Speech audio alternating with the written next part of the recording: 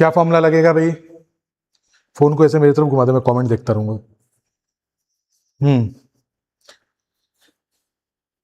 Okay ठीक है,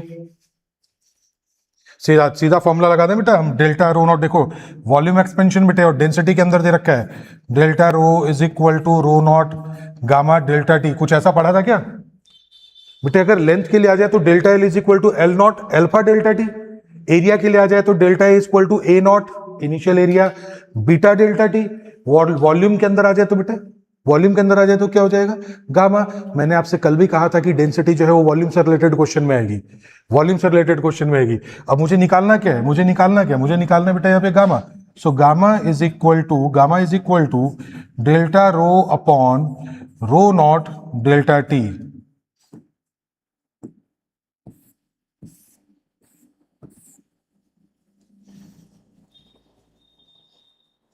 ठीक है, अब बताओ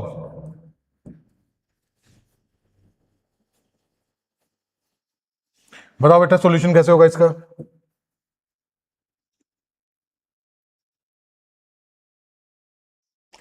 डेल्टा रो, बताओ।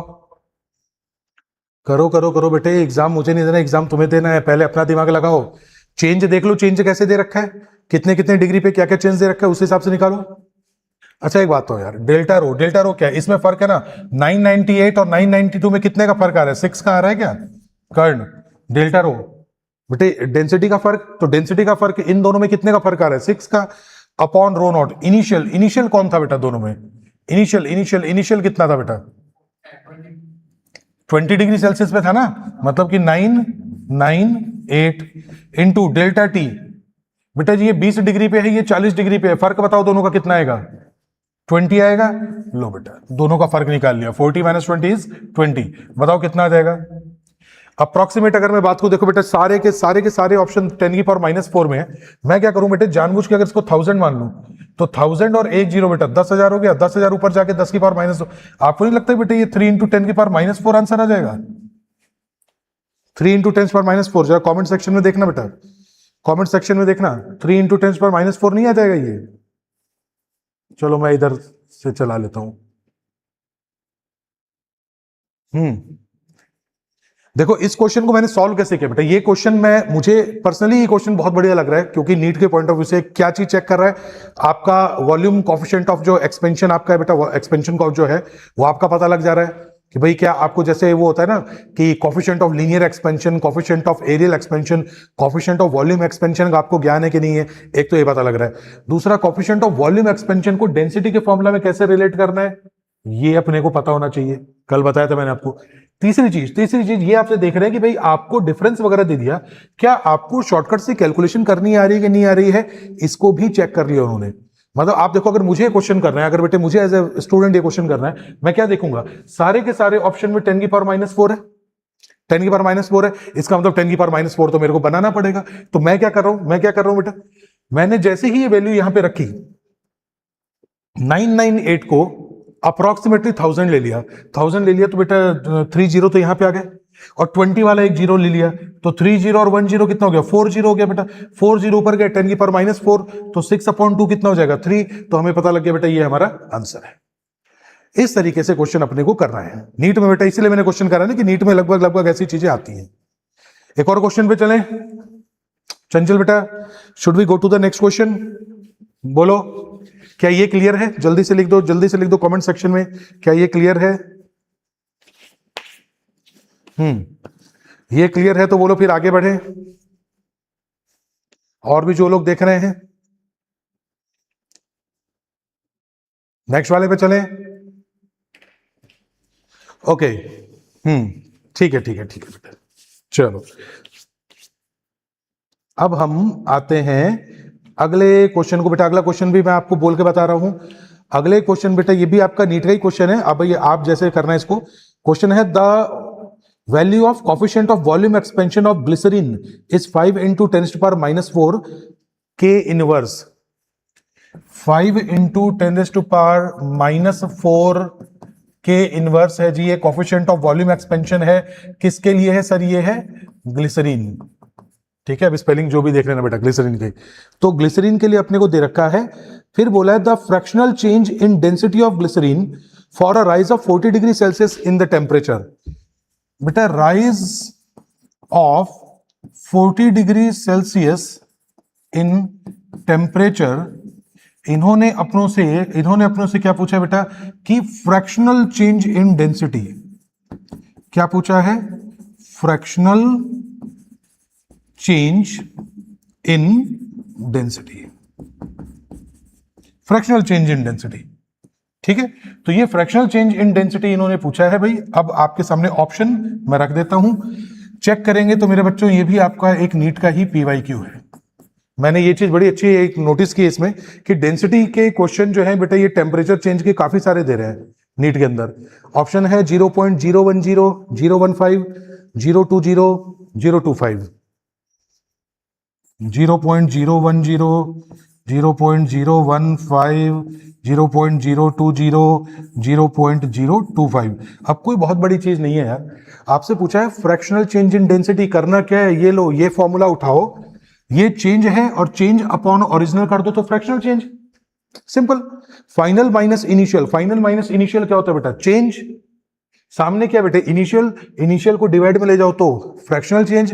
कल को पूछ रहे परसेंटेज चेंज तो बेटा 100% कर दो, परसेंटेज चेंज आ जाएगा।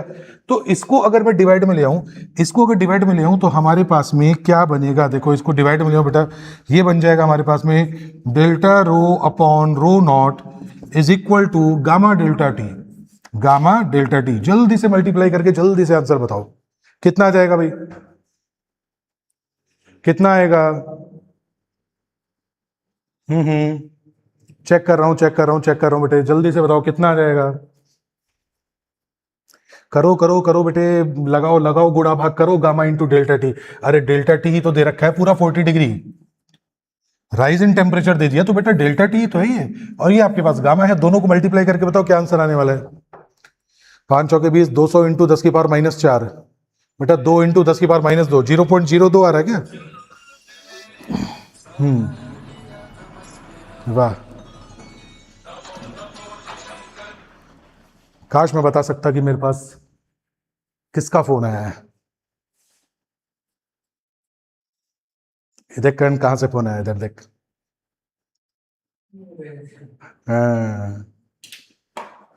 कोई इनसे कह दे कि अब हमने अपना पर्सनल सिस्टम कर लिए।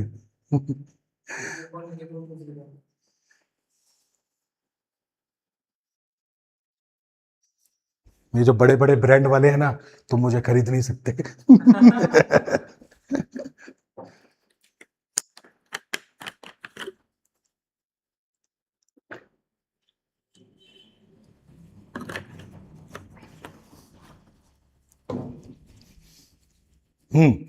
बेटा जी आंसर आ गया 0. ठीक है। तो एक चीज आप नोटिस कर सकते हैं यहां पे, क्या नोटिस कर सकते हैं बेटा, इस पोर्शन में आप क्वेश्चन अगर देखेंगे ध्यान से, मुझे भी पर्सनली मैंने जो क्वेश्चन इसमें देखे हैं, मुझे डेंसिटी से रिलेटेड क्वेश्चन, स्पेशली वो क्वेश्चन बेटा या तो लेंथ से रिलेटेड है या डेंसिटी से रिलेटेड है। कई सारे क्वेश्चन मैंने नीट में देखे हैं और नीट वाला क्वेश्चन इसी के अंदर दे रहा है। डेंसिटी होगी, टेम्परेचर चेंज होगा और क्वेश्चन मिलेगा। तो अपने शॉर्टकट जो नोट्स आप जो भी बनाते हो उसमें लिखना कि भाई इस चैप्टर को पढ़ रहे हो तो लेंथ जरूर आनी चाहिए और डेंसिटी के क्वेश्चन जरूर आने चाहिए। ये बेटा कहीं ना कहीं ट्रिक आप लिख लो, क्योंकि कई क्वेश्चन मैंने इसके देख लिए कि भाई अच्छे खासे क्वेश्चन दे रहा है। गुड, बहुत बढ़िया बेटा। एक और क्वेश्चन लिखना है। आ जाए बेटा PYQ में। चलो एक क्वेश्चन जो और है बेटा, मैं इसको सामने उठा लेता हूँ, क्या बार बार घूम उठे। तो एक क्वेश्चन जो और है, वो क्वेश्चन मैं वर्बली बोलूंगा बेटा, अब सॉल्व आप बाद में करना, आपको जब करना हो। क्वेश्चन दे रखा है कि density of a substance eight 0 degree Celsius is 10 gram पर cc। कोई बात नहीं, डेंसिटी दे रखी बेटा अपने को 10 gram per centimetre cube, and at 100 degree 9.7 gram per centimetre cube. मतलब बेटा 0 डिग्री पे 10 दे रखी है, 100 डिग्री पे 9.7 दे रखी है। The coefficient of linear expansion पूछा है। तो मेरे बच्चों एक बात का जवाब दो, coefficient of linear expansion alpha पूछा है, डेंसिटी की डिटेल दी है। क्या प्रॉब्लम है यार, यहां पे मैं इस गामा को क्या लिख दूंगा, चंचल बेटे इस गामा को मैं क्या लिख दूंगा, बस इतना बता दो और बेटा ये क्वेश्चन हो गया, फिर इसको करने की जरूरत नहीं, क्योंकि एक ही चीज पे बार बार क्वेश्चन कराने का टाइम भी नहीं है, बस आपको मैं खाली आइडिया दे रहा हूं कि बेटा क्या दिमाग लगा उन्होंने। सेम क्वेश्चन पता क्या किया, इस टेम्परेचर पर डेंसिटी इतनी है, इस टेम्परेचर पे डेंसिटी इतनी है, फिर आपसे पूछ लिया बेटा कि ये आपको क्या कहते हैं, कौन सा वो एक्सपेंशन बताना है कि भाई अल्फा वगैरह, तो गामा को क्या लिखोगे आप सीधा बताओ, गामा को कितने अल्फा लिख सकते हैं, अल्फा बीटा गामा, गामा को कितने अल्फा लिख सकते हैं, अरे 3 अल्फा लिख सकते हैं, तो बस सीधा गामा को 3 अल्फा लिख दो बेटा, आंसर आ गया। तो आपका आ जाएगा delta rho equal to rho naught 3 alpha delta T. Chanchal बेटे यही हो जाएगा ना, गामा को क्या लिख दोगे आप सीधा, गामा को लिख दोगे बेटा 3 अल्फा, बिल्कुल बिल्कुल। तो देख लो कि ये क्वेश्चन हो गया। अब आप और एक डिस्कस कर लेते हैं बेटे जल्दी से, कोई छोटा सा क्वेश्चन है, फिर मैं आपको मेटालिक स्ट्रिप पे ले आऊंगा बेटा, एक आध क्वेश्चन देख लेते हैं।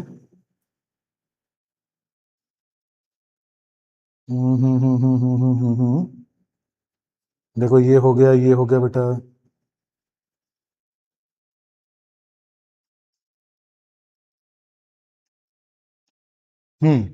चंचल आंसर करना है बेटा आपको, क्वेश्चन दे रखा है, क्वेश्चन दे रखा है,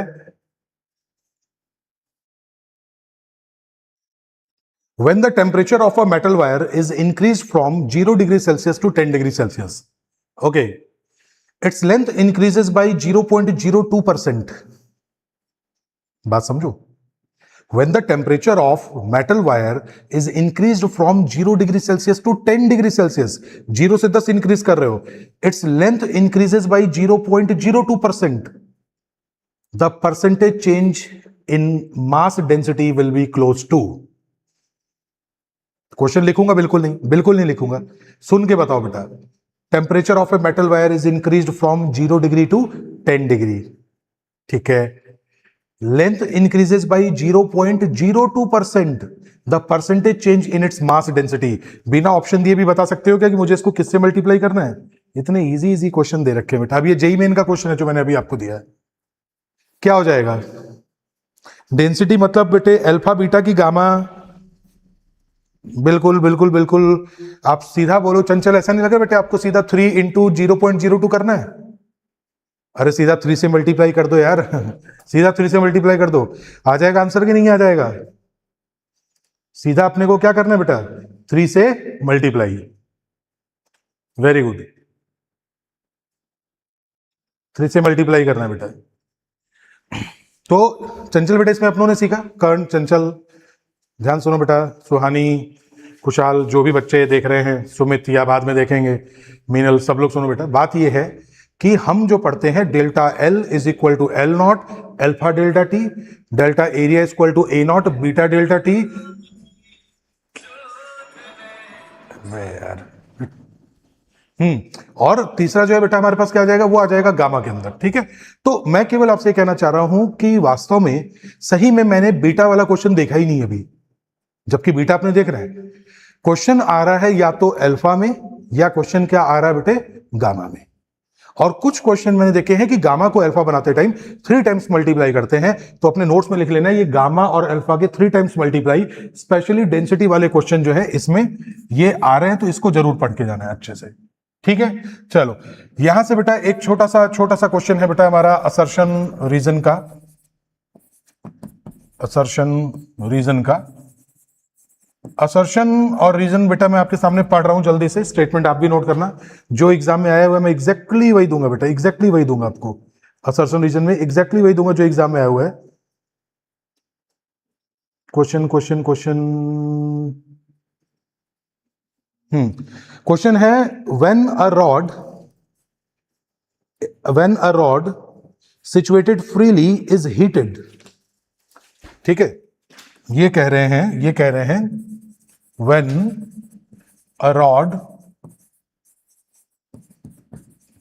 situated freely is heated, और फिर थर्मल स्ट्रेस को 0 बताएंगे बेटा, थर्मल स्ट्रेस को 0 बताएंगे, is heated, thermal stress developed is 0, thermal stress developed is 0, या मैं सीधा लिख देता हूं बेटा जी कि यहां पे ये कहना चाह रहे हैं थर्मल स्ट्रेस जो है वो कितना है, 0। और इसका रीजन इन्होंने बताया बेटे, रीजन है on heating the length of the rod increases बेटा, on heating the length of the rod increases, on heating length of rod increases. बेटा length of the rod increases. अब आप ध्यान से सुनना, मैंने दो बातें बताई हैं, दो बातें आपको मैं बोल रहा हूं। क्या? पहला statement, when a rod situated freely is heated thermal stress 0, मैंने थर्मल स्ट्रेस को 0 लिख दिया, उन्होंने लिखा है नो थर्मल स्ट्रेस डेवलप्ड, ऐसा कुछ स्टेटमेंट। दूसरा, on heating length of rod increases. अच्छा, यहां पे कुछ नहीं बताया जाए तो बेटा मेटालिक की बात हो रही है। बोलो क्या है? दोनों सही है, दोनों गलत है, एक सही है एक गलत है, और सही है और मगर सही एक्सप्लेनेशन नहीं करता है, ये सब में से कौन सा सही होगा? बोलो, ये सब में से कौन सा ऑप्शन होगा बेटा? या तो दोनों सही है, यार देखो सही तो है ही, सही तो है ही, ध्यान सुनना, पूरा ध्यान यहां लगाना। टेम्परेचर बढ़ेगा, लेंथ बढ़ेगी, कोई नई बात नहीं है, करेक्ट आंसर है चंचल बेटा। टेम्परेचर बढ़ेगा, लेंथ बढ़ेगी, बिल्कुल सही बात है। तो यानी हमारा रीजन तो करेक्ट है सर, एकदम करेक्ट है, हमारा असर्शन भी करेक्ट है। और नोट्स में इसको लिख लेना मेरे बच्चे, नोट्स में इसको लिख लेना कि अगर थर्मल स्ट्रेस 0 होता है, थोड़ा दिमाग लगाना, क्या बता रहा हूं बेटा, इस क्वेश्चन में दिमाग लगाना बढ़िया से। क्वेश्चन ये कह रहा है कि when a rod situated freely is heated thermal stress developed is 0, और ये बात सही है। अगर आपने फ्री है बेटा, फ्री एंड कर रखा है एकदम, अब इसको गर्म करोगे तो थर्मल स्ट्रेस तो 0 है। स्ट्रेस आएगा कहां से? जब तक तुम यहां पे वॉल लगाओगे, इसको आप पैक करने की कोशिश करोगे, तब गर्म करोगे, तब ये फैलने की कोशिश करेगा, कोई इसको रोकने की कोशिश करेगा, उस केस में स्ट्रेस आएगा, उस केस में स्ट्रेस आएगा। अब ये फैलना चाहता है तो फैल जाए, तो क्या यहां स्ट्रेस आएगा? अरे ह्यूमन नेचर के हिसाब से देखो यार, हम फैलना चाहते हैं और फैल जाएं, हम जो करना चाहते हैं वो कर लें, स्ट्रेस होगा कि 0 स्ट्रेस होगा? 0 स्ट्रेस। स्ट्रेस कब आता है? आप कुछ करना चाह रहे हो और वो काम नहीं हो पा रहा है, या कोई रोक दे रहा है उसको बेटा। तो यहां पे ध्यान रखना, मेरे हिसाब से ये जो असर्शन वाला क्वेश्चन है ना, ये अलग से एक स्टेटमेंट बन के आ सकता है कि रॉड अगर बिल्कुल फ्री है ना, एकदम बाउंड्री में कुछ नहीं, कोई दिक्कत नहीं बेटा, कोई लफड़ा नहीं, गर्म कर रहे हो, फैलना चाहती है फैल जाए, बहुत बढ़िया बात है, there is no stress. Stress कब आएगा? थर्मल स्ट्रेस कब आएगा? जब यहां पे ब्लॉक करके रखूंगा, इसको बढ़ने दूंगा। Clear Chanchal? yes Chanchal, your answer is correct बेटे। आंसर ये है, assertion reason both correct, but assertion is not the correct explanation, reason is not the explanation of assertion। ये भी मैं समझा देता हूं बेटे, बहुत बढ़िया। दोनों स्टेटमेंट सही हैं, मगर रीजन इसका सही एक्सप्लेनेशन नहीं कर रहा, क्योंकि सही एक्सप्लेनेशन ये होगा कि ये इस वजह से नहीं बेटा, ये है कि since there are no boundary, since there are no boundaries, there are no barricades, there is no रोक टोक, दैट्स वाई स्ट्रेस इज 0। ठीक है, फैलना चाहते हो फैल जाओ, सोना चाहते हो सो जाओ, घूमना चाहते हो घूम लो, तो भाई जो चाहते हो वो तुम कर रहे हो, तो फिर काहे का स्ट्रेस है? तो वो सेम टू सेम कहानी यहां पे आती है। रॉड को एकदम फ्री कर रखा है, रॉड बेटा फैलना चाहती है, टेम्परेचर बढ़ा दिया, एक्सपेंशन होना चाहता है और एक्सपेंशन हो भी रहा है, तो फिर स्ट्रेस नहीं आएगा। क्लियर? ठीक है ठीक है ठीक है, बिल्कुल बिल्कुल बिल्कुल बेटे। चलो यहां से बेटे बाई मेटेलिक स्ट्रिप्स पे चलते हैं हम लोग। हटा रहा हूं इसको मैं, by metallic strip, and I wish कि भैया नीट वाले क्वेश्चन दे देना इस पर। ये ध्यान रखना बेटा, ये जो बाई मेटेलिक स्ट्रिप जो है, इस पर जेई में क्वेश्चन आता है भाई, अच्छा खासा जेई में क्वेश्चन आता है। नीट में थोड़ा सा कम बेटे चांस रहता है, लेकिन वही बात है कि अब इतना कोई बड़ा धुरंधर कॉन्सेप्ट तो है नहीं कि यार ये आता ही नहीं है, तो मेरे हिसाब से ये इसको दे सकते हैं। बाई मेटेलिक स्ट्रिप क्या है, ध्यान से देखना बेटा, ये बाई मतलब 2 और मेटेलिक बेटे 2 मेटल की बनी हुई स्ट्रिप्स हैं, और इस तरह से बेटा, इस तरह से ये है। ठीक है, तो ये है हमारे पास ए, ये है हमारे पास बी। अब आप मुझे एक बात हो, मैं ये कह रहा हूं बेटा कि ये है अल्फा ए और अल्फा बी। ठीक है, अगर मैं आपसे कहूं बेटे कि alpha A is greater than alpha B और टेम्परेचर को बढ़ा दिया, तो क्या होगा?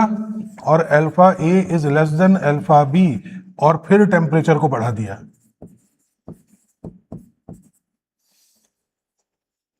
तो क्या होगा? बोलो बोलो बेटा, काश के वजन कुछ कम हो जाए बेटा। चंचल तुम बेटा बढ़िया डॉक्टर बन के एकदम कोई ऐसा बताना मेरे को इलाज कि बिना खाना छोड़े और बिना एक्सरसाइज किए कैसे पतला हुआ जाता है। ठीक है, तो उसके लिए बेटे, उसके लिए सबसे पहले इसको पढ़ो। देखो ध्यान सुनो बेटा, जिसका अल्फा ज्यादा वो जल्दी फैलेगा भी और जल्दी सिकुड़ेगा भी। स्टेटमेंट दोबारा बोल रहा हूं, ध्यान सुन लेना कर्ण। मैं अगला क्वेश्चन दूंगा, एक क्वेश्चन भले ही बेटे वो जेई मेंस का है, लेकिन कसम से एक लाइन का वो आंसर उसका वो गलत मन नहीं होना चाहिए। तो स्टेटमेंट सुन लो, जिसका अल्फा ज्यादा होगा उसका जो एक्सपेंशन या कॉन्ट्रैक्शन दोनों ही ज्यादा होगा। तो मतलब वो डोमिनेट करेगा। बढ़ा रहे हो तो बढ़ेगा जल्दी, घटा रहे हो तो घटेगा जल्दी। ये बात समझना।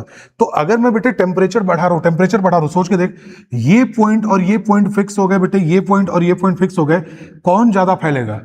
ज्यादा कौन है? अल्फा ए।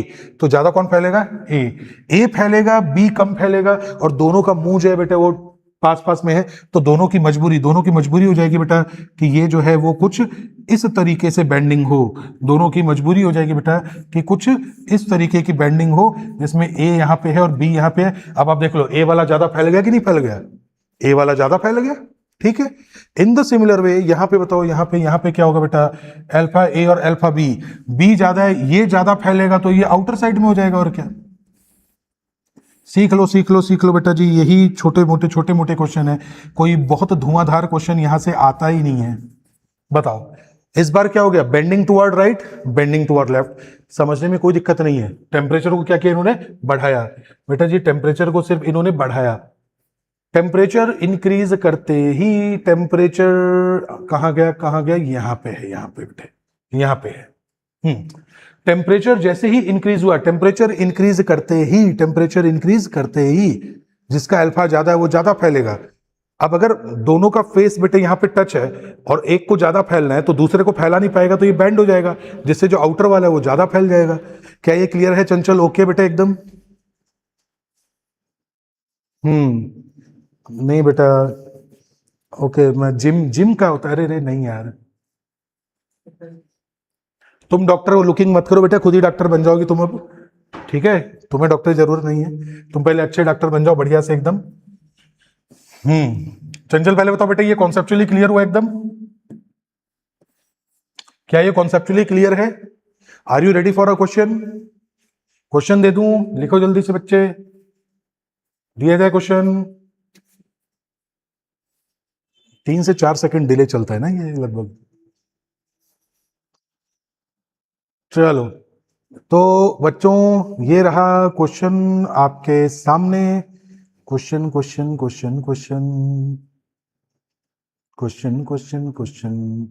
जी। क्वेश्चन है सर ए बी और इस तरह से रखा हुआ है। क्वेश्चन है ये ए है, बी है,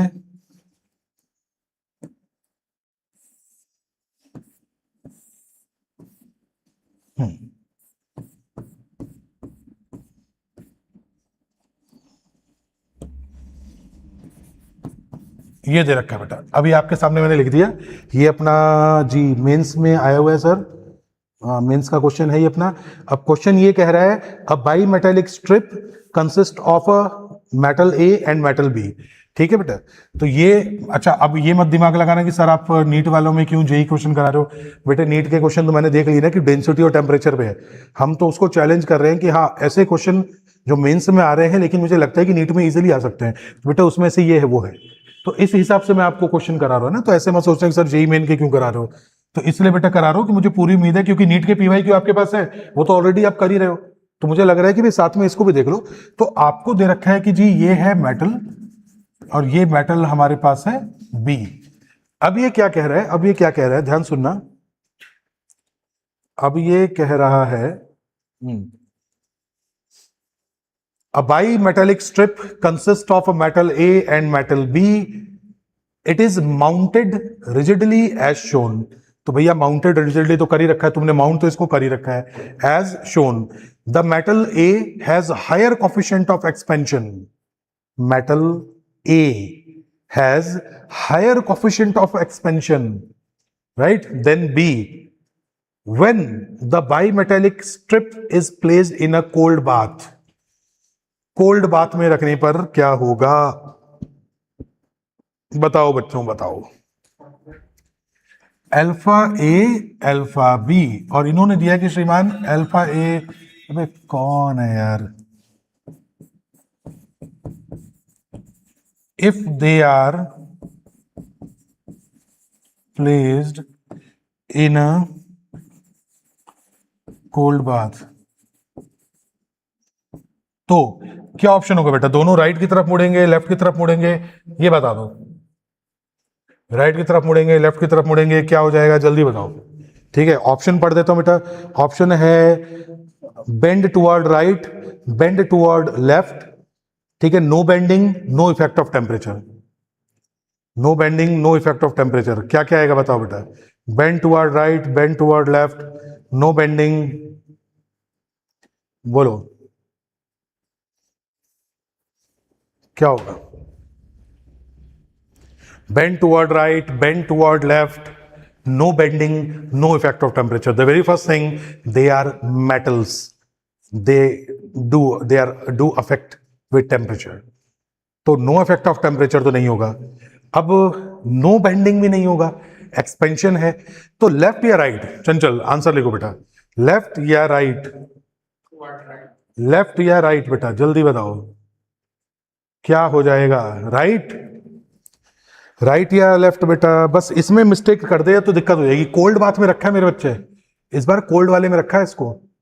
अब ध्यान सुनना, कोल्ड में रखा है, कोल्ड ठंडा, जिसका अल्फा ज्यादा होता है वो टेम्परेचर बढ़ने पे फैलता भी जल्दी है, और टेम्परेचर कम होने पे सिकुड़ता भी जल्दी है।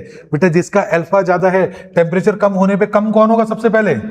ये। जब ये कम होगा तो बेटा बी वाला क्या है? ज्यादा फैलेगा। आंसर आएगा लेफ्ट बेंडिंग। लेफ्ट बेंडिंग बेटा जी, इसी में फंस गए क्वेश्चन में। मैंने कहा था कि बेटा इसमें फंसना मत। अच्छा क्वेश्चन दिया ये जेई ने, बहुत बढ़िया क्वेश्चन मानता हूं बेटा।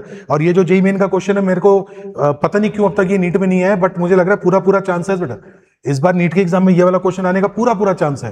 क्योंकि कुछ नहीं, इसने आपका कॉन्सेप्ट चेक किया, इसने आपको दो मेटल्स दे दिए, दोनों को साथ में अटैच कर दिया, एक का अल्फा ज्यादा एक का अल्फा कम है, और कोल्ड बाथ में रख दिया।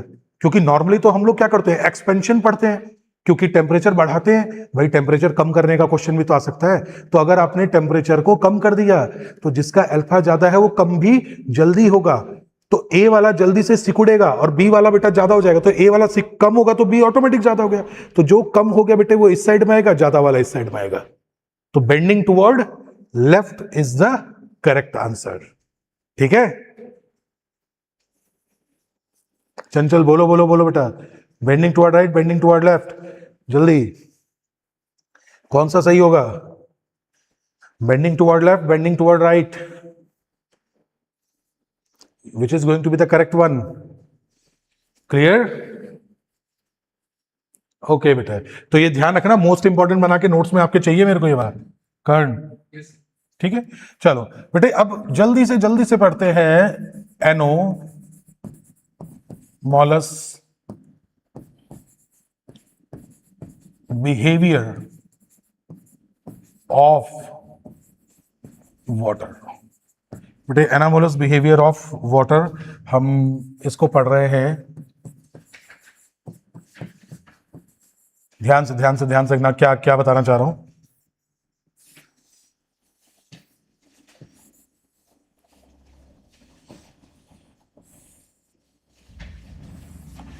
मेरे बच्चे ये है वॉल्यूम, टेम्परेचर, ये है मेरे बच्चे डेंसिटी और टेम्परेचर, और ये जो पॉइंट है बेटा, ये जो पॉइंट है ये है 4 डिग्री सेल्सियस, 4 डिग्री सेल्सियस। ठीक है, और ये जो पॉइंट है बेटा ये भी हमारे पास कितना है? 4 डिग्री सेल्सियस। यानी कि वाटर की बेटा डेंसिटी, यहां लिख देता हूं मैं, यहां बता देता हूं बेटा,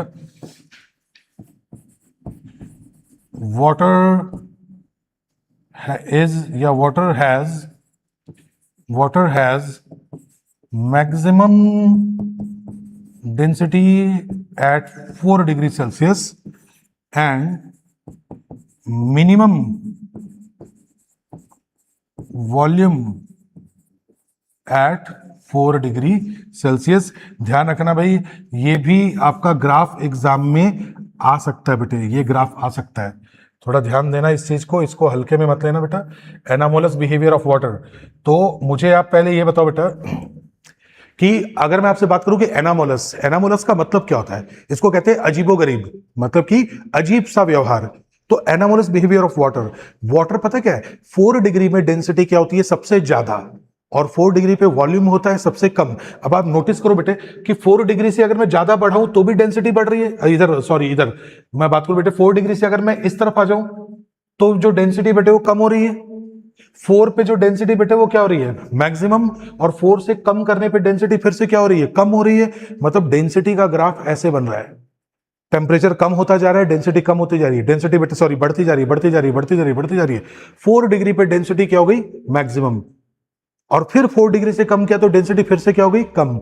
सेम फॉर वॉल्यूम, जैसे ही टेम्परेचर कम हो रहा है वॉल्यूम कम हो रहा है, वॉल्यूम कम हो रहा है, कम हो रहा है, कम हो रहा है, कम हो रहा है, कम हो रहा है। बेटे वॉल्यूम कम हो रहा है, लेकिन 4 डिग्री पे वॉल्यूम क्या हो गया, मिनिमम। 4 से कम करते ही वॉल्यूम फिर से बढ़ गया। इसीलिए इसको कहते हैं, हम क्या कहते हैं, इसको बोलते हैं एनामोलस बिहेवियर ऑफ वाटर, यानी कि वाटर का अजीबोगरीब व्यवहार। आपको पता है ये क्यों जरूरी है? जैसे कहते हैं ना कि बेटा कि जरूर there is a creator of universe, किसी ने जरूर इसको बनाया है। मुझे लगता है ये जो आपका एनामोलस बिहेवियर ऑफ वाटर है ना, ये भी उस बनाने वाले ने ही किया है कि 4 डिग्री पे डेंसिटी जो है मैक्सिमम होने के बाद में 4 डिग्री से कम करते ही डेंसिटी कम होना शुरू कर देती है। और पता है इसकी वजह से ही there is aquatic life. Aquatic life मतलब समझते हो बेटा, जो पानी के अंदर जीव जंतु वगैरह रहते हैं, वो इसी की बदौलत है वो। वरना सोचो कि Antarctica, Arctic, North Pole, South Pole, या बड़े बड़े ऐसे समंदर बेटा जो पूरा जम जाते हैं ऊपर से, जो ऊपर से जम जाते हैं, क्या वो नीचे से भी जम जाते हैं क्या? आपने कई बार ऐसे मूवीज वगैरह देखी होगी, अब याद करो बेटा, कोई ना कोई मूवीज में या कोई पिक्चर, मतलब कहीं ना कहीं आपने देखा होगा कि बर्फ पे चल रहे हैं, अचानक बर्फ की जगह टूट गई और जो हीरो या हीरोइन थे वो पानी के अंदर गिर गए। ठीक है, मैं पूछना चाहता हूं कि जहां पे बहुत कम टेम्परेचर है वहां तो बर्फ नीचे तक जम जानी चाहिए थी, नीचे का पानी वानी सब जम जाना चाहिए था। लेकिन ऐसा क्यों होता है कि बर्फ की कुछ ही लेयर जमी हुई होती है, उसके बाद जो समुद्र के नीचे की बात करूं, ओशन के अंदर जाऊं तो वहां फिर भी पानी होता है, वहां पे क्यों नहीं जमता? अगर सब कुछ जम गया पानी के अंदर बेटा, तो अंदर जो एक्वेटिक लाइफ है वो खत्म हो जाएगी, जीव जंतु मछलियां वगैरह सब खत्म हो जाएंगी। लेकिन ये एनामोलस बिहेवियर ऑफ वाटर जो है ना, ये बचा लेता है। ये कैसे बचाता है? देखो, जैसे ही मौसम ठंडा हुआ, तो मौसम ठंडा हुआ यानी टेम्परेचर कम हो रहा है, टेम्परेचर कम हो रहा है बेटे, टेम्परेचर कम हो रहा है, डेंसिटी बढ़ रही है, डेंसिटी बढ़ रही है, ऊपर की लेयर नीचे आ गई, मोर डेंस, मोर इन डेप्थ।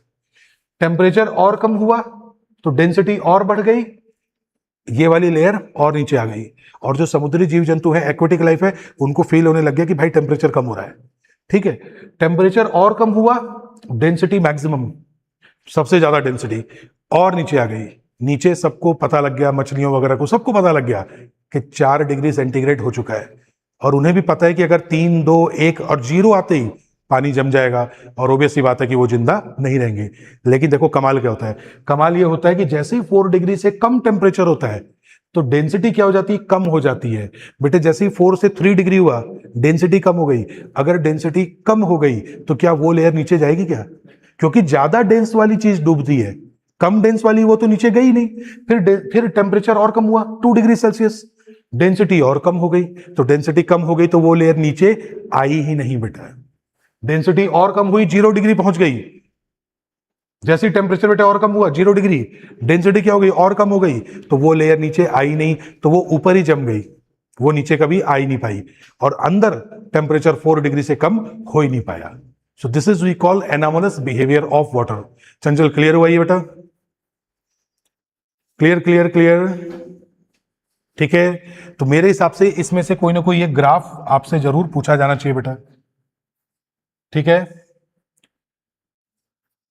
एक बार लिख दो बेटा, जल्दी से, पानी पिलाना दे।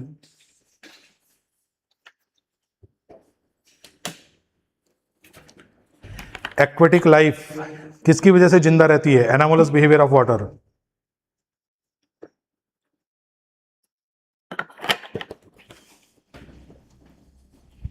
चलो बेटा बात करते हैं, हम बात करते हैं सीधा कैलोरीमेट्री।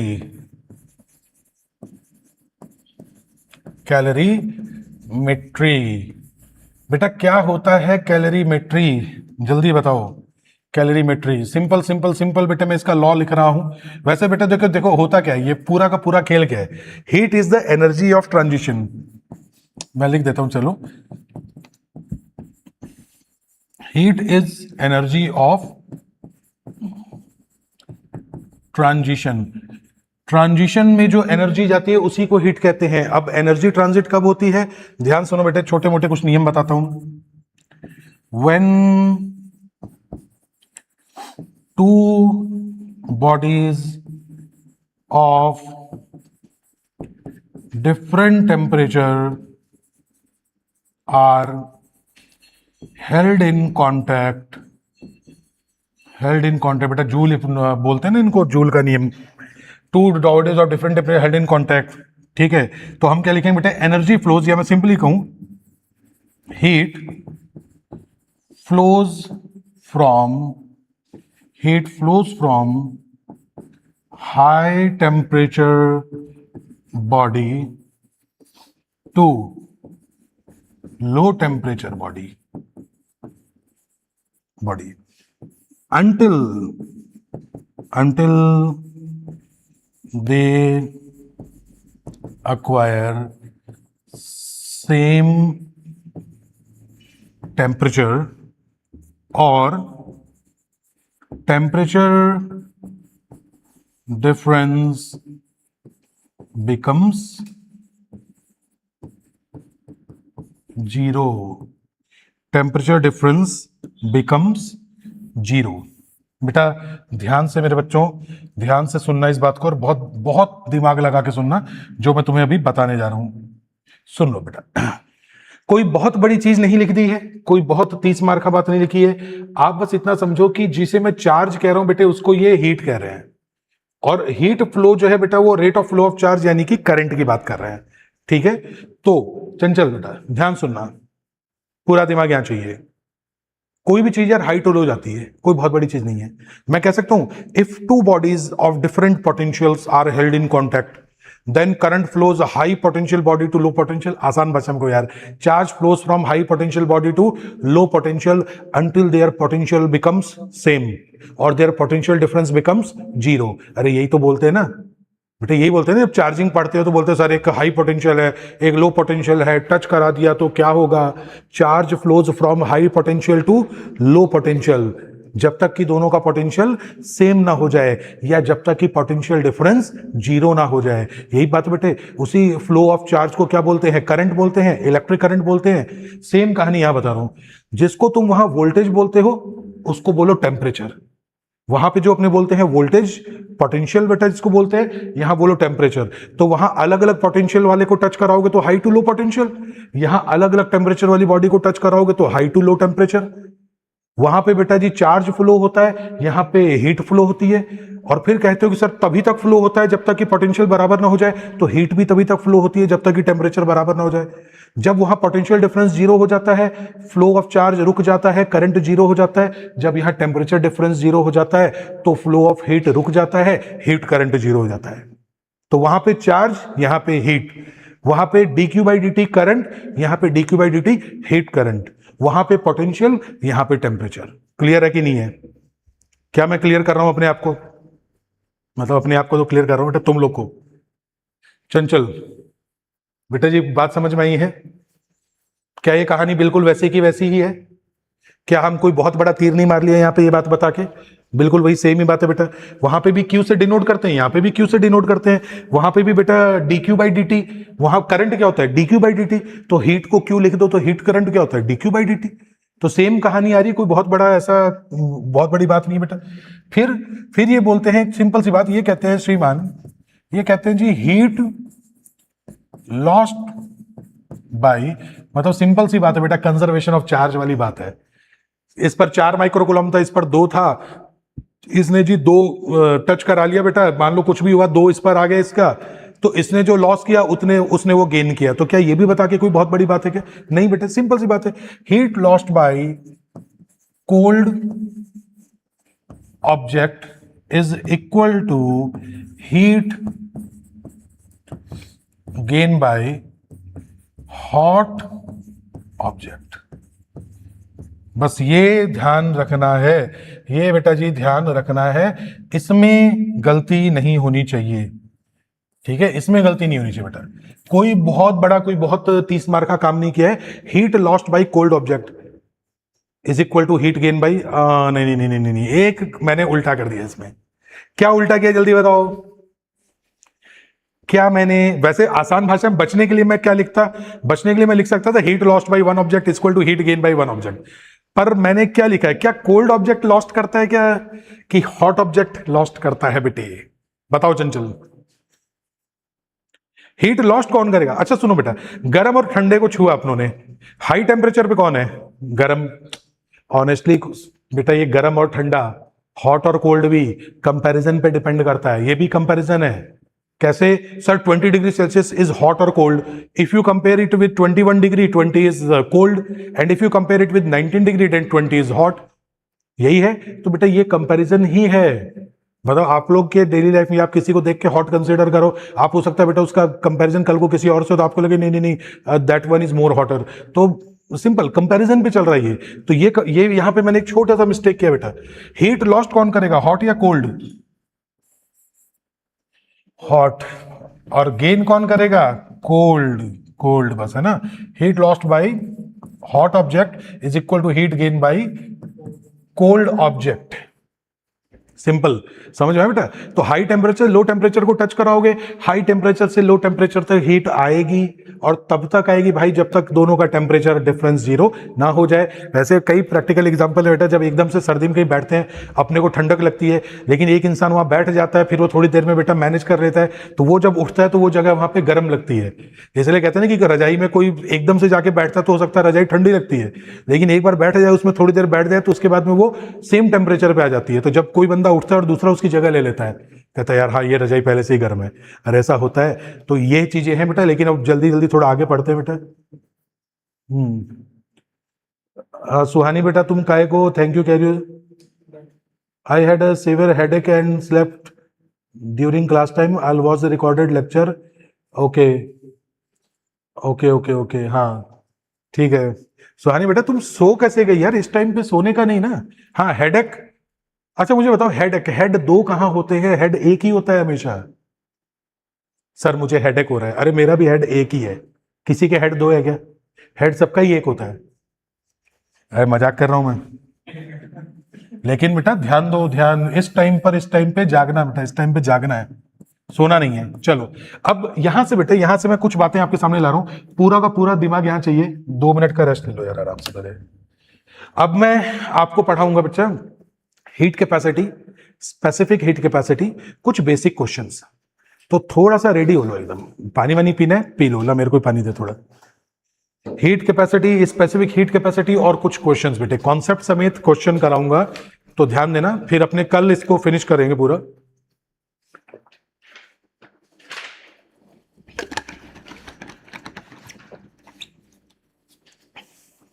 गर्मी बढ़ गई यार, एसी अब तो लगवाना ही पड़ेगा।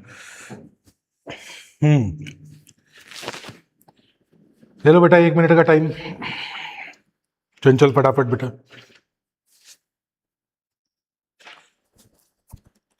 यार ये कहाँ 100 किलो वजन लेके, 100 किलो तो नहीं भाई, 107 हो गया है।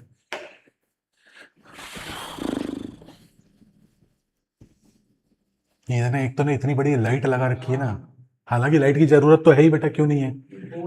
फोटोन इतने गिराता है, इतने फोटोन गिराता है कि आधे ज्यादा तो हीट इसमें, हीट मतलब एक तो ऑलरेडी गर्मी, ऊपर से ये फोटोन पे फोटोन गिरा रखा है।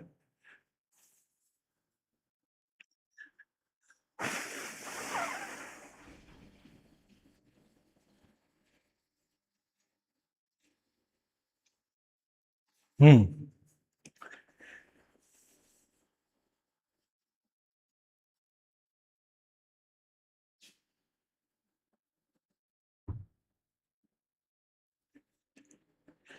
ठीक है बेटे, करें, शुरू करें बेटा, चंचल ओके।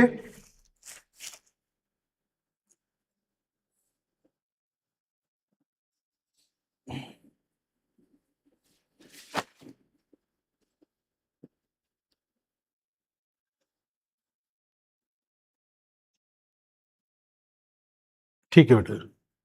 ओके, आ जाओ भाई, आ जाओ बच्चे। तो बेटा पेश खिदमत है, सबसे पहले बात आती है मेरे बच्चों, हीट कैपेसिटी। हीट कैपेसिटी, ठीक है, जिसे हम थर्मल कैपेसिटी भी बोलते हैं। और साथ में यहां पे है बेटे हमारे पास है specific heat capacity. Specific heat capacity बेटा जी, इसको मैं नाम दे रहा हूं कैपिटल सी से, इसको मैं नाम दे रहा हूं स्मॉल एस से, ठीक है। सबसे पहले हीट कैपेसिटी और स्पेसिफिक हीट कैपेसिटी क्या चीज होती है मैं आपको डिटेल में बताऊंगा, और छोटे छोटे पहले डिफरेंस बता दूं बेटा, ठीक है। ये है कि heat required to raise temperature of whole mass by 1 degree Celsius और 1 केल्विन, ठीक है। और यहां पे ये है बेटा heat required to raise temperature of unit mass. बेटा जी यूनिट मास मतलब हो गया हमारे पास में आइदर 1 ग्राम या 1 किलोग्राम, ये दोनों ही यूनिट हैं। आप टेंशन मत लेना कि सर एक को किलोग्राम क्यों कह रहे हो, आप किसी भी यूनिट में ले सकते हो बेटा, 1 ग्राम या 1 किलोग्राम बाई 1 डिग्री सेल्सियस और 1 केल्विन।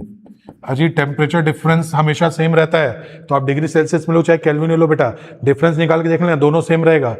उसको चेंज मत कर देना कि सर केल्विन को सर डिग्री सेल्सियस को बदलेंगे तो सर 273 और लेंगे, नहीं, डिफरेंस है तो सेम है बेटा। बात यह है आती है बेटा, ये किस पे डिपेंड करता है, ये डिपेंड करता है जी ओनली राइज इन, मतलब ये बेटे मास पे भी डिपेंड करता है। रुको मैं थोड़ा सा इसको सही कर देता हूं, ये डिपेंड करता है बेटे मास पर भी और मटेरियल यानी बॉडी पर भी बेटा, और टेम्परेचर भाई तुम कितना ज्यादा बढ़ा रहे हो उस पर भी डिपेंड करेगा टेम्परेचर डिफरेंस।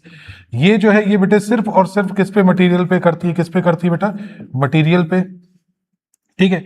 यहां पे थोड़ा सा कम हो जाओ, और कम, हाँ ठीक है। अब चूंकि बेटा टेम्परेचर आप 1 डिग्री सेल्सियस कर दिया तो फिर बेटा टेम्परेचर तो आपने 1 कर ही दिया, तो ये मास और मटेरियल यानी बॉडी बेटे दोनों पर डिपेंड करती है, और वो सिर्फ मटेरियल पे डिपेंड करती है।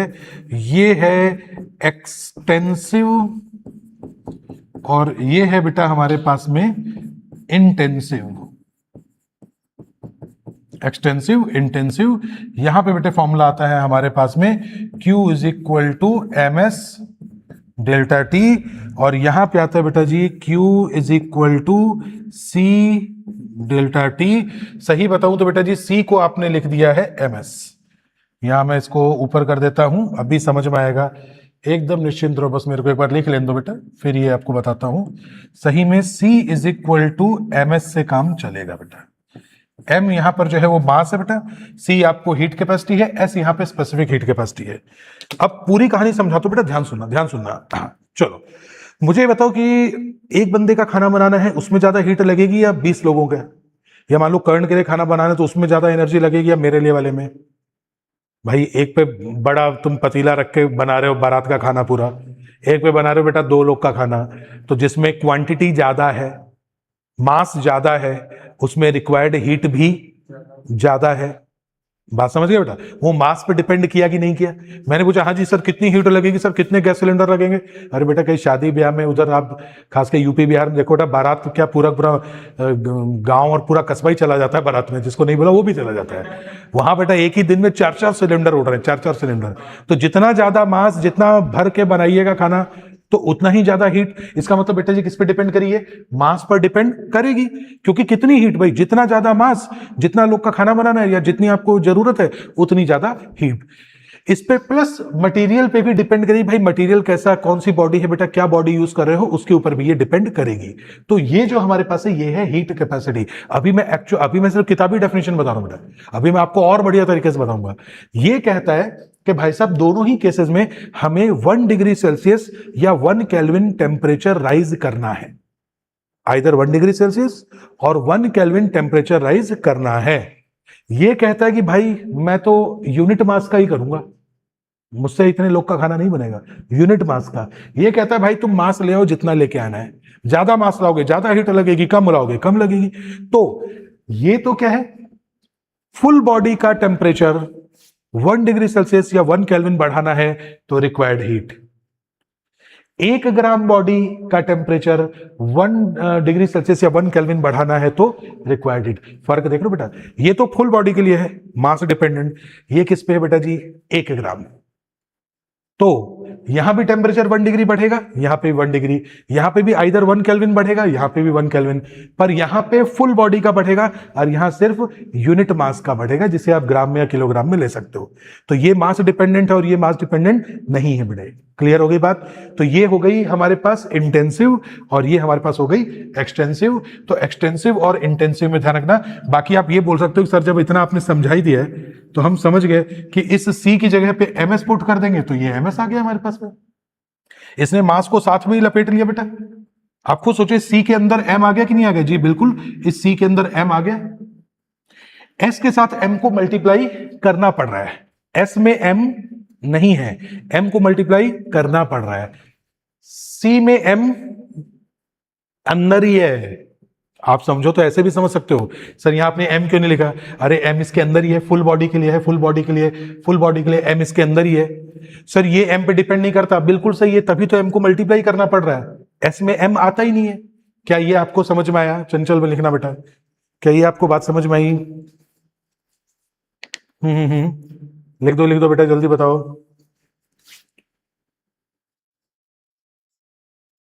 ओके, बात समझिए ना बेटा।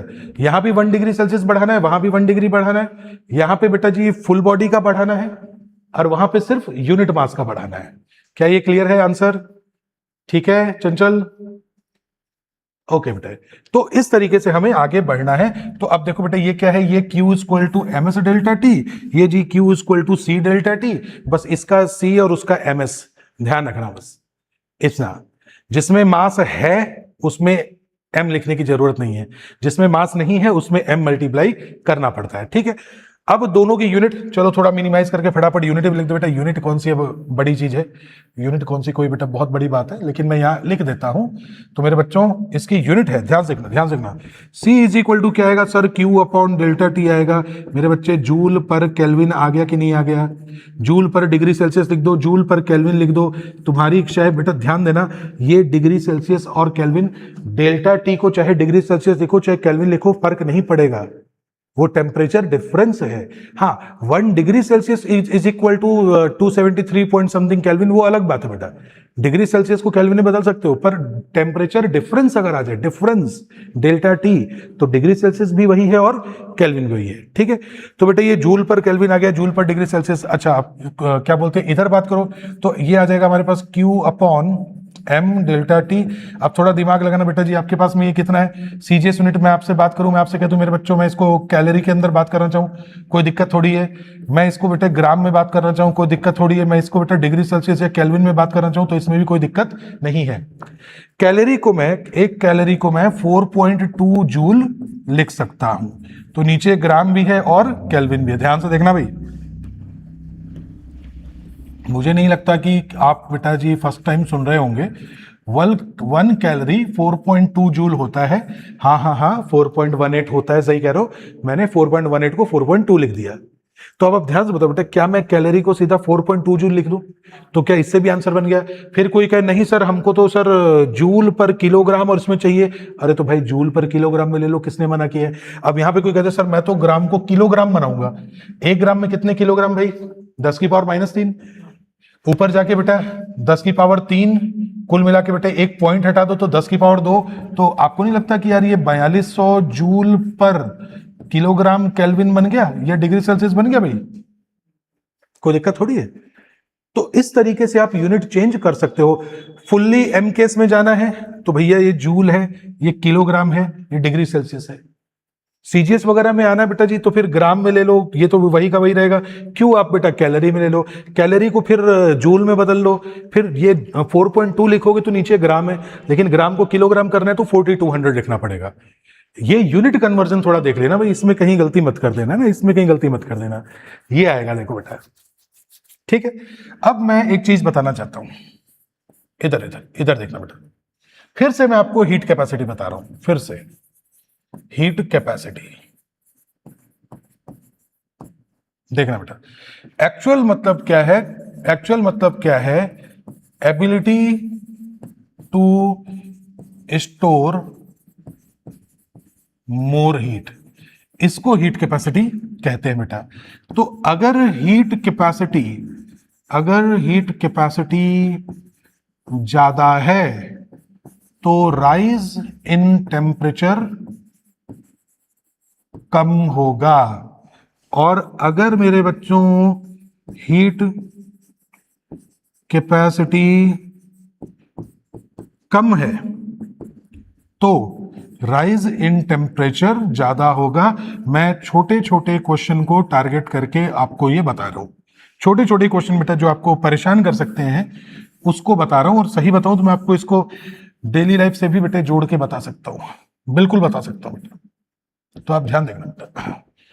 मोर heat capacity less rise in temperature, less heat capacity more rise in temperature. ये ध्यान रखना, अगर हीट कैपेसिटी ज्यादा है राइज इन टेम्परेचर कम होगा, हीट कैपेसिटी कम है बेटा राइज इन टेम्परेचर ज्यादा होगा, because heat capacity is ability to store heat, heat capacity is ability to store heat. जिनको बेटे जरा जरा सी बात पे गुस्सा आ जाता है उनकी हीट कैपेसिटी ज्यादा होती है कि कम होती है? जरा जरा सी बात पे गुस्सा आ जाता है, उनकी हीट कैपेसिटी होती है कम। क्यों? जरा जरा सी बात पे गुस्सा आ रहा है, heat capacity come, rise in temperature ज्यादा। और जो बेटा कुछ भी बोल दो सुनते रहेंगे, गुस्सा कंट्रोल करते रहेंगे, जैसे कहते हैं ना कि हीट स्टोर, यानी कि कोई उनको गर्मा गर्मी करने की कोशिश कर रहा है, झगड़ा करने की कोशिश कर रहा है, और वो बहुत बेटा क्या कहते हैं कि उसको एक्सेप्ट कर रहे हैं, या फिर यूं कहूं कि गुस्सा नहीं कर रहे हैं। आप उन्हें कितना भी गुस्सा दिलाएं गुस्सा नहीं कर रहे हैं, तो उनकी हीट कैपेसिटी क्या है? ज्यादा। जिनकी हीट कैपेसिटी ज्यादा होती है उनका राइज इन टेम्परेचर कम होता है। अरे यहीं से तो एक कॉन्सेप्ट आता है, अगर आप उसको बेटा कभी बीच वगैरह पे गए हो जहां पे रेतीला इलाका भी है ना, सैंड भी है, वाटर भी है, और आप बीच पे आप एकदम से आए और वहां पे धूप है, तो एकदम से हमारे पैर जो है वो रेत पे जलते हैं। रेत पे आपने जैसे ही पैर रखा तो आपके पैर एकदम बहुत तेज गर्म हो जाएंगे, तो अपने को लगेगा यार रेत तो बड़ी जला रही है, तो तुरंत आप भागोगे पानी के अंदर। और बीच पे जाने की जरूरत नहीं, गंगा जी के पास में जो बेटा बालू वालू पड़ा रहता है वहां पे भी कर सकते हो आप। एकदम से गर्मी में गए, आपके पैर बहुत जल्दी गर्म हो जाएंगे, तो आपको लगे अरे मैं तो तुरंत पानी में भागूं। मेरा क्वेश्चन ये है, sun is at equal distance from the sand and equal distance from the water. जो बेटा बीच है उस बीच पे जो रेत पड़ी हुई है सैंड, और वहां का जो वाटर है समुद्र का या नदी का पानी, दोनों बेटा सन से तो सेम ही डिस्टेंस पे है ना। If both of them are at the same distance from the sun, then why sand has more heat और it is more hot than water. Water में तुरंत जाते हैं तो हमारा पैर जो है आराम महसूस करता है, और मिट्टी पे पैर हमारा होता है तो हमारा पैर जल्दी होता है गर्म। कारण क्या है? कारण यही है बेटा, क्या है? Heat capacity. Water has more heat capacity than soil या सैंड, कुछ भी कह दो बेटा। जो वाटर की हीट कैपेसिटी होती है वो मिट्टी के मुकाबले ज्यादा होती है, इस वजह से वाटर में राइज इन टेम्परेचर कम होता है, और जो रेत होती है उसकी हीट कैपेसिटी होती है कम, तो उसमें राइज इन टेम्परेचर होता है ज्यादा। इसलिए कहते हैं कि रेत जो है बेटे वो गर्मियों में गर्म बहुत हो जाती है, सर्दियों में सर्दी बहुत हो जाती है। इसलिए जो स्पेशली अपना चूरू, हनुमानगढ़, गंगानगर ये वाला जो जोन है, यहां पर गर्मी में गर्मी भी बहुत पड़ती है, सर्दियों में सर्दी बहुत पड़ती है। लेकिन जो कोस्टल एरिया है, साउथ एरिया या जो समुद्र के किनारे वाला, गर्मी और सर्दी में बहुत ज्यादा डिफरेंस वहां पे नहीं आता। क्यों? क्योंकि वहां पे ओशियन विंड्स आती हैं, समुद्री हवाएं। अब वहां का पानी जो है समुद्र का बेटा, उस पर कोई बहुत ज्यादा टेम्परेचर वेरिएशन होता नहीं, क्योंकि हीट कैपेसिटी ज्यादा है। तो वहां से जो एयर आती है तो फिर वही का सेम टेम्परेचर मेंटेन रखती है। तो आप वहां देखोगे कि सर्दी यहां पड़ती है, साउथ में देखोगे तो वहां इतनी कोई सर्दी नहीं पड़ती, वहां कोई 22-25 डिग्री पड़ता है सर्दियों में, और बेटा 37-38 डिग्री हो जाता है गर्मियों में। न बहुत ज्यादा गर्मी न बहुत ज्यादा सर्दी, लेकिन वो ह्यूमिड जबरदस्त होती है। यहां का राजस्थान में बैठ के 45 डिग्री झेलना और आप साउथ में कहीं चले जाओ बेटा, या उड़ीसा साइड में चले जाओ, वहां पे 36-37 डिग्री झेलना, दोनों में जमीन आसमान का अंतर है। वहां पे ह्यूमिड इतना होगा ना कि बॉडी का पसीना, पानी बेटा बॉडी पूरा एकदम वो हो जाएगा। कभी ऐसा हुआ है? जितने एग्जाम्पल मैं दे रहा हूं कभी फील किया है? तुमने किया है चंचल बेटा? सैंड वाला किया है। अब मुझे बताओ, यहां से मैं कुछ PYQs की तरफ जा रहा हूं। ये राइजिंग टेम्परेचर वाला जो कॉन्सेप्ट है, एक मैं आपको बताने जा रहा हूं, ध्यान ध्यान ध्यान से सुनना बेटा। क्वेश्चन मैं आपको बता देता हूं, मैं देख के, जस्ट मिनट, मुझे एग्जैक्टली याद नहीं है बेटा। थियोरेटिकल क्वेश्चन है मगर अच्छा क्वेश्चन है, और मैं पूछना चाहता हूं आपसे जी। क्वेश्चन बेटा ये है आपका, जो थर्मल हीट कैपेसिटी, यानी जिसे थर्मल कैपेसिटी कहते हैं, ये कहना चाहते हैं इस क्वेश्चन के अंदर, if specific heat of a substance is infinite, it means, ध्यान से सुनना बेटा, चाहो तो लिख भी सकते हो, if specific heat of a substance is infinite, it means, first option, heat is given out, ठीक है, क्या लिखा है, हीट इज गिवन आउट। दूसरा है बेटा heat is taken out. Third है no change in temperature. Fourth है ऑल ऑफ अबव, है ना। तो मेरे जिस स्टूडेंट लिखा है उसने कुछ बहुत अच्छे से इसको लिखा नहीं है, लेकिन मैं आपको आइडिया दे देता हूं बेटा कि क्वेश्चन का मतलब ये है कि आपको बताना है कि भाई जो specific heat of a substance है वो इनफाइनाइट है, तो इसका मतलब क्या होगा।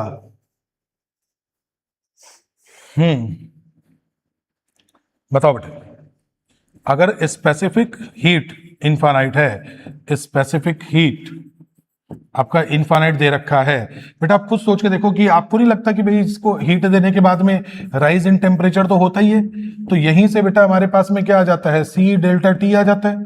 तो मैं आपसे कह दूं बेटे, अच्छा स्पेसिफिक लिखना है तो कोई बहुत बड़ी बात नहीं है, लो इसको MS डेल्टा T लिख दो।